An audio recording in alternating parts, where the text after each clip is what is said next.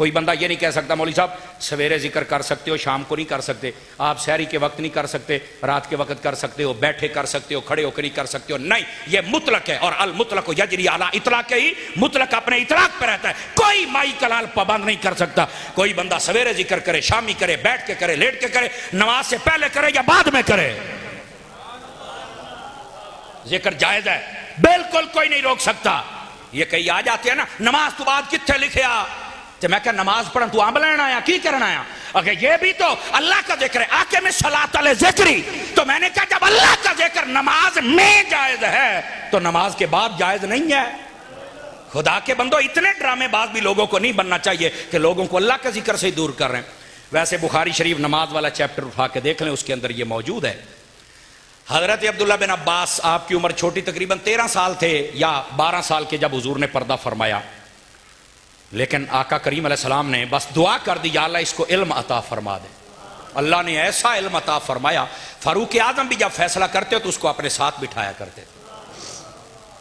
ایک مرتبہ ایک نے کہا کہ یہ چھوٹا بچہ ہے، اس کو تم نے بڑوں سے بھی اوپر بٹھا دیا۔ فرمایا بچہ ہونے کی وجہ سے نہیں بٹھایا، عالم ہونے کی وجہ سے بٹھایا ہے۔ یہ علم ہے جو چھوٹے کو بھی بلند رتبہ عطا کر دیتا ہے۔ یہ حضرت عبداللہ بن عباس کہتے ہیں میں چھوٹا ہوتا تھا نا، میں اپنے گھر میں سویا ہوا ہوتا تھا فجر کے وقت، فرمایا صحابہ کرام حضور کے پیچھے نماز پڑھ کے اتنا اونچا اللہ کا ذکر کرتے تھے، میرے ستے پے دی آنکھ کھول جاندی ہوندی سی۔ اگر یہ بخاری شریف میں مسئلہ نہ ہو نماز والے چیپٹر میں، اے ویڈیو بن دی بھی آخری سامہ تائیں میں اس گل دا ذمہ دار تے جی اگر ہے تو پھر پڑھ لو بخاری تو کر لو ذکر۔ اچھا بس اوقات ہوتا ہے اگر نماز کے بعد ذکر ہے تو تم دعوت اسلامی والے تو نہیں کرتے ہو، یہ بھی تو ایک سوال ہے نا۔ سیدی اعلیٰ حضرت صاحب نے فتاوی رضیہ شریف میں لکھا ہے، فرمایا ہم احتیاط اس لیے برتتے ہیں کہ بسا اوقات نہیں اکثر لوگ سست ہو گئے، یہ نماز کی دوسری تیسری رکعت میں آ کے شامل ہوتے ہیں۔ احتیاط یہ کی جائے کہ ذکر آہستہ کیا جائے تاکہ جن کی 2 رکعتیں رہ گئی ہیں نا، اونچے ذکر کی وجہ سے ان کی نماز میں خلل نہ پیدا ہو۔ او بولو تو صحیح نا، اب فقہی مسئلہ بھی تو آپ کو بتانا ہے نا۔ بہرحال کوئی اونچا بھی کرے تو کوئی ٹینشن کی بات نہیں، لیٹ آمن والا لیٹ آیا، ساڈا کی قصور ہے؟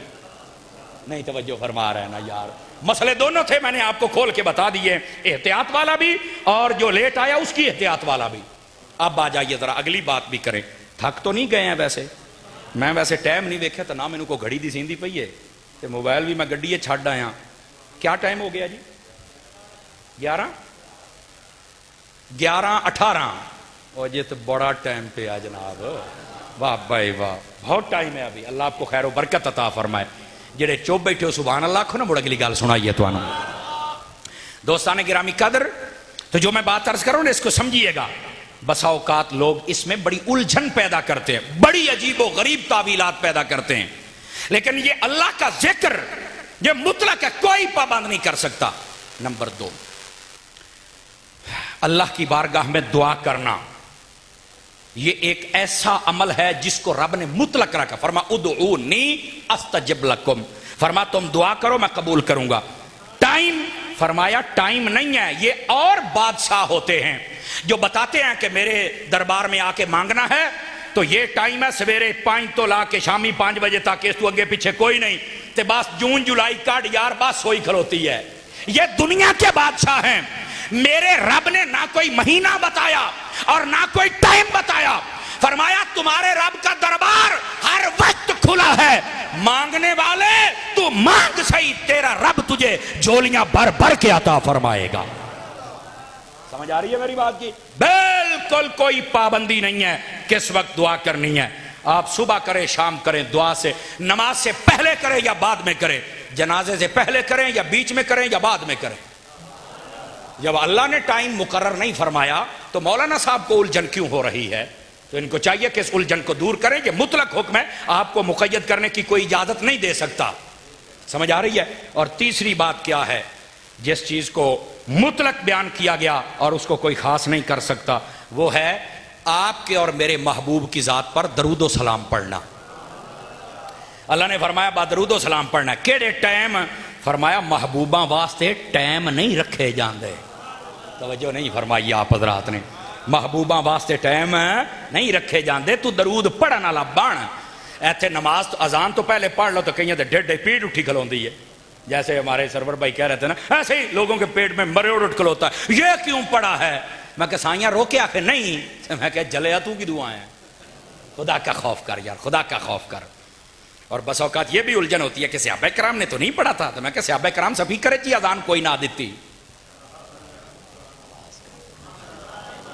ہاں ویسے ابو داؤد شریف پڑھ کے دیکھ لو، حضرت سیدنا بلال حبشی جب اذان دیتے تھے نا، تو وہاں پر اگر ساتھ درود کا بھی ذکر ہو تو پھر مجھے بتانا کہ گال تیری ٹھیک ہے، سمجھ آئی نا؟ آپ جہاں پر مینارے پر بیٹھا کرتے تھے، آپ اذان کے انتظار میں بیٹھ کے کرتے کیا تھے؟ نبی پاک کی ذات پہ درود و سلام پڑھتے رہتے تھے۔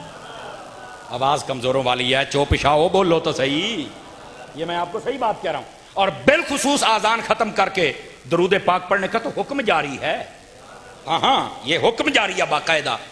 تو درود پاک بھی ایک مطلق عبادت کا نام ہے، کوئی بندہ اس کو مقید کر سکتا، اسی طرح دعا، اسی طرح اللہ کا ذکر۔ تو جو ہم دعا کر رہے ہیں تو پھر اس کو کیوں قید کیا جاتا ہے کہ فلاں جگہ پر کی جائے؟ جی نہیں نہیں نہیں، رہن دیو جی، آج آپ دریا دی مان تے بیٹھے ہیں، آج سکے تے مل مائیا چل سی ویکھی جا سی، توجہ نہیں فرما رہے آپ حضرات؟ بولیں گے سبحان اللہ؟ آواز مٹھی ہو گئی ہے یار۔ گرامی قدر حضرات، اس واسطے آپ نے مرحوم کے لیے دعا ضرور فرمایا کریں، اور یہ بات بڑی خاص ہے، حدیث شریف میں نے سنائی ہے، نبی پاک نے فرمایا کہ جب کوئی مار کے قبر میں جاتا ہے وہ انتظار کرتا ہے دعاؤں کی، تو اپنوں کو انتظار نہ کروایا کریں، ان کے لیے دعا کیا کریں، اور اپنی اولاد کو یہ تربیت کر جائیں۔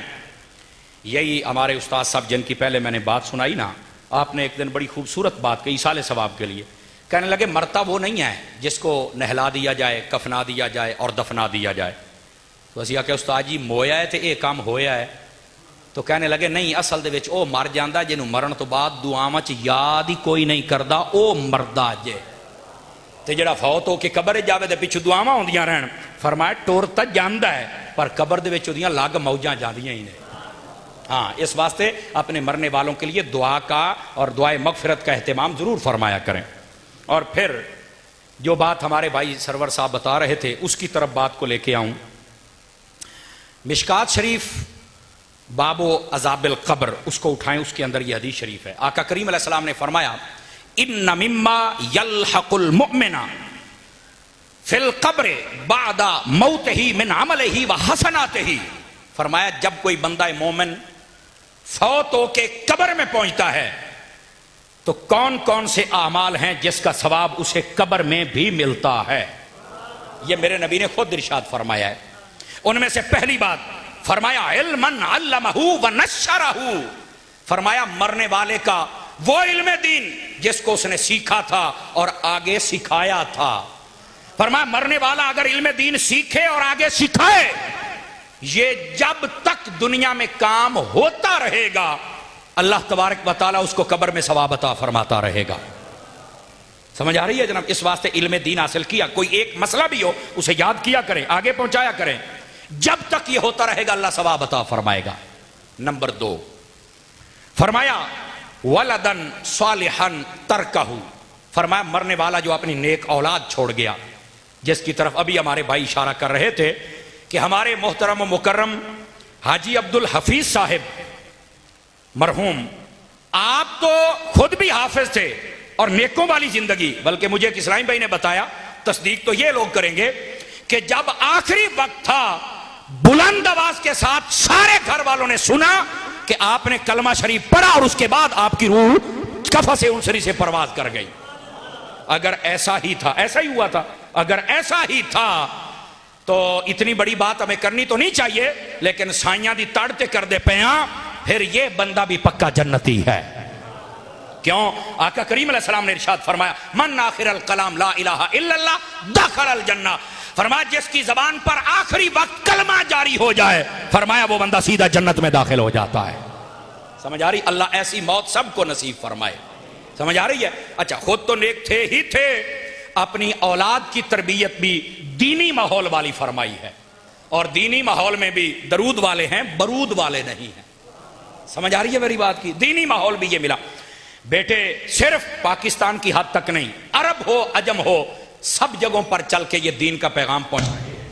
تو مرنے والے کی جو نیک اولاد ہوتی ہے، جو اس کی تربیت سے نیک بنے، آواز آ رہی ہے آپ سبھی حضرات؟ میری طرف دیکھو، کرے, تربیت کرے اپنی اولاد کی کہ یہ نیک ہو جائے.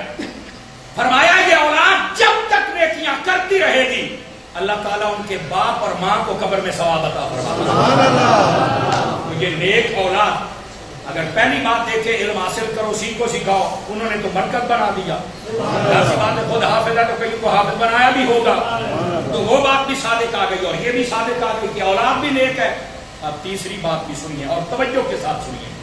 نبی کریم علیہ السلام نے ارشاد فرمایا او نہرن اجراہ, یا پھر وہ مرنے والا کسی کے لیے پانی کا انتظام کر جائے. نہرن اجراہ کا مطلب ہوتا ہے نہر جاری کر جائے. اس کا تفسیری ترجمہ یہ پانی کا انتظام کر جائے. صرف نہر ہی نہیں, کوئی نلکا بھی لگوا دے, پمپ لگوا دے, کنواں نکلوا دے. جو کسی کے لیے پانی کا اہتمام کر دے اللہ تعالیٰ مرنے والے کو قبر میں ثواب عطا فرماتا ہے. گرامی قدر حضرات, یہ تیسری بات تھی. چوتھی بات آقا کریم علیہ السلام نے ارشاد فرمایا او بیتن بناہ ابن سبیل, فرمائے یا پھر وہ گھر جو مسافروں کے لیے بنایا جائے جسے مسافر خانہ کہتے ہیں. اگر کوئی بندہ مسافر خانہ بنا دے, اور یہاں پر گارڈر ڈیئر کے ساتھ مسافر خانہ بنانا ضروری نہیں ہے, یہاں پر کوئی جگہ دیکھ کے درخت بھی لگا دے تو یہ بھی بڑی بات ہے. سبحان اللہ, سمجھ آ رہی ہے. اللہ تعالیٰ اس بندے کو اس مسافر خانے کا ثواب بھی قبر میں عطا فرماتا ہے. سبحان اللہ. پانچویں چیز جس کا ثواب قبر میں جاتا ہے, فرمایا او مصحفا ورثہ, فرمایا یا وہ مصحف جو بطور وراثت چھوڑ گیا. اس کے دو مطلب ہیں. مصحف قرآن کو کہتے ہیں, وراثت میں بندہ قرآن چھوڑ نہیں سکتا. ایک قرآن ہے جس کو بطور وراثت چھوڑ سکتا ہے. وہ کون سا قرآن ہے؟ بندہ گھر کا خود خریدے, سیاہی خود خریدے, کلمے خود خریدے اور اپنے ہاتھ سے قرآن لکھ جائے اور پھر یہ اس کی وراثت میں آ جائے گا اور لوگوں کو کہے کہ میں نے لکھا ہے اس لیے تم پڑھتے رہو. فرمایا جب تک وہ پڑھتے رہیں گے بطور وراثت یہ جو قرآن چھوڑ کے گیا اللہ اس کا ثواب قبر میں عطا فرماتا. اس کا ایک یہ مطلب ہے. اور دوسرا اس کا مطلب یہ ہے کہ اس نے قرآن و حدیث کی کوئی ایسی تشریح و تفسیر کر دی, کوئی ایسی کتاب لکھ دی, جب تک وہ لوگ پڑھتے رہیں گے عمل ہوتا رہے گا اللہ تعالیٰ اس کتاب لکھنے والے کو ثواب عطا فرماتا رہے گا. آپ کی توجہ دائیں بائیں ہو رہی ہے تو میں تقریر کیسے میں کرتا ہوں. سمجھ آ رہی؟ دائیں بائیں نہ دیکھیے, مہربانی آپ کی. ہم کلاس میں بیٹھنے والے بندے سانو تقریر ویسے ہی بول جاتے, مجھے دیکھیں ذرا. گرامی قدر حضرات, اب چھویں چیز جس کا ثواب قبر میں جاتا ہے وہ کیا ہے؟ فرمایا او صدقۃ جاریۃ, وہ مرنے والے کا صدقہ جاریہ ہے. وہ کوئی چیز بھی بنا گیا, جیسے ہمارے بزرگ حافظ عبدالحفیظ صاحب علیہ الرحمہ, آپ نے یہ فیضان مدینہ تیار کروایا, اس کے لیے جگہ دی اور پوری کوشش اور پوری محبت کے ساتھ اس کو ساری زندگی بناتے رہے. اور جیسے ہمارے سرور بھائی کہتے ہیں جو لوگ تعاون کرنے والے اللہ ان کو بھی برکات کثیرہ عطا فرمائے. اور یہ باتیں تو اب آپ نے حدیث مبارکہ سے سنی نا کہ ان چیزوں کا ثواب قبر میں جاتا ہے. یہ چیزیں ہیں. اب یہ باتیں ذہن میں آ گئی نا, بولو نا سارے حضرات. کیا خیال ہے, ہم جتنے بیٹھے ہم کوشش کریں گے کہ ہم بھی کوئی ایسا عمل کر جائیں کہ جس کا ثواب ہمارے مرنے کے بعد بھی ہمیں قبر میں ملتا رہے. کیا میں امید کروں گا ہم یہ عمل کریں. اور سنیں یہاں پر میں ایک بات سنا کے نا پھر اپنی گفتگو کو کلوز کرتا ہوں تاکہ زیادہ گرمی میں نہ بیٹھنا پڑے. ایک بات سن لیجیے, اگر میرا آقا خطا نہیں کھاتا تو یہ ابن ماجہ شریف میں حدیث ہے.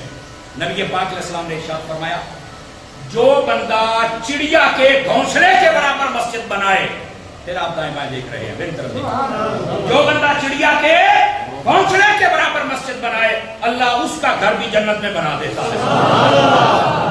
شارحین حدیث نے بڑا نقطہ اٹھایا بھی گھونسلے کے برابر کون سی مسجد. گھونسلہ آلنا, چڑی کا آلنا تو بڑا ایڈا ہوتا ہے, نکو جی آلنا, تو اتنی مسجد کون سی ہوتی ہے. اب ذرا اس کی تشریح بھی سننا اور میں دیکھوں گا آپ جاگ رہے ہیں کہ نہیں جاگ رہے. فرمایا اگر اتنی مسجد نہیں ہوتی تو اتنا مسجد کے ساتھ تعاون تو ہو ہی سکتا ہے. یہاں تعاون مراد ہے. اگر کوئی لمبا چوڑا اہتمام نہیں کر سکتا, اگر اتنا سا تعاون ادھے روڑے دا تعاون بھی کر چھڑے اللہ او دا گھر بھی جنت وچ بنا چھڑدا ہے. جن نے پورا فضان مدینہ بنایا ہوئے. گرامی قدر حضرات, آج حافظ عبدالحفیظ صاحب کی اس نیکی کو یاد کر کے ہم خوش ہو رہے ہیں, لیکن ہم جتنے بیٹھے ہیں کیا ہم ایسی نیکی کوئی نہیں کر سکتے؟ کر سکتے ہیں نا. تو کیا میں امید کروں گا کہ ہم یہ نیکی کریں گے. جتنے آپ بیٹھے ہو نا, جتنے آپ بیٹھے ہو, یہ جیسے ہمارے سرور بھائی سنا رہے تھے نا, اے ننکانے میں ٹر گیا, پھر بندے نے نا میں نے بات سنا, میں حیران ہو گیا. پیر صاحب دے دو وہ کہنے لگے تھے وہ ختم تھا قریب ان کا گھر تھا, اس نے مجھے بتایا کہ یہ ہے وہ لوگ. 2.5 مربع زمین بندہ چھڑ گیا, اپنی اولاد اکو پتر, مین روڈ موٹر وے جو ننکانے والا انٹرچینج ہے نا اس کے قریب آتی ہے. وہ پیر صاحب کہتے ہیں میں آزمانے کے لیے گیا اور میں نے چل کے کہا کہ یار تیرا باپ تجھے اتنا کچھ دے گیا ہے, صرف 1 بگھا چاہیے مسجد مدرسے واسطے. کہنا مسئلہ کر کے دسا آواز کمزوروں والی جا, اس کو تو چاہیے تھا مربع پورا ہی دے چھڑتا بھی میرا بھی کام بنے تو میرے پیو دا ہی بنے. بس آخیا نہ پیو دا بنا دے سا میرا اپنا بنا دے. اس لیے مہربانی کرو اتنے کنجوس نہ بنو, اللہ کی راہ میں ضرور خیرات کیا کرو. اور یہ سن لے دعوت اسلامی یہ آپ کی اپنی تنظیم و تحریک ہے, اور میں آن ایئر کہہ رہا ہوں پکے ٹھکے سنی لوہے دی لٹ ورگے. سمجھ آ رہی ہے نا؟ ہاں آج کل کئی ہیں وہ اپنے آپ کو سنی کہتے ہیں لیکن وہ سنی ہوتے نہیں. سمجھ آئی نا؟ ان کے جب عقیدے کی بات ہے تو وہ بیچارے پینچر نکلتے ہیں. عقیدے کے معاملے میں پکا بھی وہ رہ سکتا ہے نا جو اعلیٰ حضرت کی تعلیمات پر عمل کرتا ہے. بس اوقات اعلیٰ حضرت سے لوگ بڑے چڑھتے ہیں, اعلیٰ حضرت کتنا ذکر. میں نے کہا ادنا حضرت تجھے اعلیٰ حضرت نہیں سمجھ آ سکتے. اعلیٰ حضرت کو سمجھنے کے لیے اعلیٰ حضرت ہونا ضروری ہے نا. کام از کام بندے کے دماغ تو ٹھیک ہو پھر اعلیٰ حضرت کی سمجھ آ جائے. گرامی قدر حضرات, یہ دعوت اسلامی پکے ٹھکے لوہے دی لٹ ورگے سننی. اگر آپ کو یقین ہے کہ یہ مولوی سچ بولے گا تو لکھ لو میری بات اپنے دل کی تختی پر. یہ لوگ اس وقت جیسے اس وقت میں اعلیٰ حضرت اہل سنت کا نشان تھے, اس دور میں دعوت اسلامی اہل سنت کا نشان ہے. باقی بھی جتنے سید العقائد, سید العلماء, سید الافعال پیر ہیں, علماء ہیں, میرا سب کو سلام ہو, لیکن میں مجموعی نشان کی بات کر رہا ہوں. سمجھ آ رہی ہے؟ اور جتنے بھی لوگ ہیں وہ ان سے محبت بھی کرتے ہیں, تعاون بھی کرتے ہیں. آپ بھی اپنے علاقوں میں مرکز بنائیں اور دعوت اسلامی کو جگہ دیں. انشاءاللہ یہ وہاں پر مرکز بنائیں گے, وہاں پر مدرسہ شروع ہو جائے گا, مسجد شروع ہو جائے گی اور خیر ہی خیر ہو جائے گی. کیسی تنظیم و تحریک ہے. 40 سال تقریباً بنے کو لگ بھگ میں بات کر رہا ہوں. نہ لڑائی, نہ جھگڑا, نہ دنگا, نہ فساد, نہ ڈاکو, نہ یہاں پر کوئی اور بات. بس کہتے ہیں جتنے بھی ہیں آ جاؤ اور حضور کے عاشق بن جاؤ. سمجھ آ رہی ہے؟ اور پوری دنیا میں آپ نے دیکھا ہوگا دعوت اسلامی کا مورال الحمدللہ بلند ہو رہا ہے. جنہاں کی دکانداری بند ہوئی نا, کدی کہنے لے تسی تو اعلان کر دیو بھی مرید ہو جاؤ. میں کہوں تیرا ہوندا جو کوئی نہیں. سمجھ تسی تو کھلا بڑیاں کٹیاں کر دیو. میں کہتے ہیں ہن دندا جو کوئی نہیں. تیرے پٹن دے دن نے پتر پیٹ توجہ نہیں فرما رہے. میں کیا نہیں, یہ تم تو خیراتیں بہت اکٹھی کرتے ہو. میں کیا دوے بات بات لے جان کرے ڈڈے پیڑ کدی نہیں اٹھی تے یہ سنی مانگنا تو پیٹنا شروع کر دینا ہے. بس خدا کا خوف کرو یار. اگر تمہیں کوئی نہیں دیتا, تمہارا ایسا کردار نہیں ہے, تو جن کا کام ہے ان کو کرنے کو دو, مرنے دو. ان کو بھی روکتے ہو یار, اور اپنی زبان سے زہر اگلتے ہو. خدا کا خوف کرو. یہ ایسے لوگوں کے لیے یہ دوائی صرف میرے پاس ہے اور میں ہی یہ پکی دیتا ہوں. بیٹھے ہو, مجھے پتا ہے کہ شاید یہاں سے کئی کریں نہیں دینی چاہیے. میں ایک ایک پوری دے کے جاؤں. لو تو صحیح سبحان اللہ. اس واسطے دعوت اسلامی کو تنگ نہ کرو, مہربانی کرو. ہاں اگر تمہیں کوئی اختلاف ہے تو اختلاف رکھو, اختلاف تو دشمنی تو نہ بناؤ نا یار. نہیں توجہ فرما رہے آپ. اللہ تعالی ہم سب کا حامی و ناصر ہو. اس مرکز کو اللہ آباد فرمائے, آباد کرنے والوں کو آباد فرمائے. ہمارے محترم عبدالحفیظ صاحب کی اللہ حتمی بخشش و مغفرت فرمائے. آمین. باخر دعوانا الحمدللہ رب العالمین.